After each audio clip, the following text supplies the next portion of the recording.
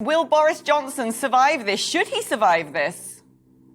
Well, I don't think he should, but he may. I mean, the calculation that Conservative MPs have to make is, first of all, can they get to the magic 54?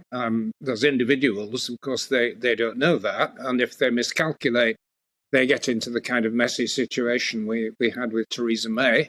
They then have to judge as to whether something extraneous is going to change everything. You know, we could get conflict in Ukraine. The cynics are saying the government's praying for one to take public distraction away from the Partygate issues.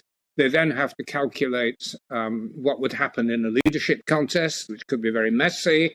The Conservative Party being forced to define what its objectives are and who can best deliver them. No, I mean, the problem of toppling an incumbent prime minister who doesn't want to go are very considerable. And there must be a lot of nervousness amongst Conservative MPs. And I'm not sure that the detail of the Sue Gray report is actually going to change it a great deal. I mean, it's public perceptions that matter. And what would you do if you were a Conservative MP? Would you be handing in your letter to Sir Graham Brady? Or do you think, actually, frankly, he worked with these people day in, day out in a confined environment. If they happen to have, you know, a glass or two together at the end of a busy day, if that happens, then really what's the problem with that?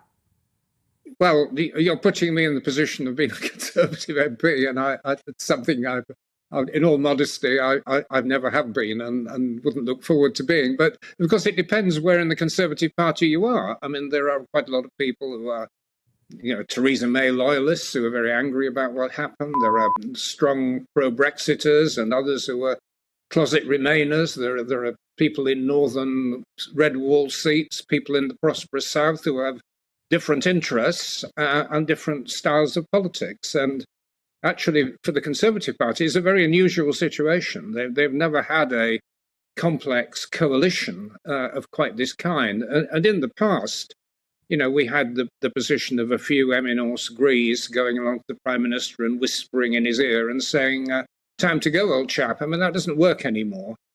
They've got this complex coalition of very different kinds of MPs with different agendas. And they're going to have to make up their mind, and it's not going to be pretty or easy.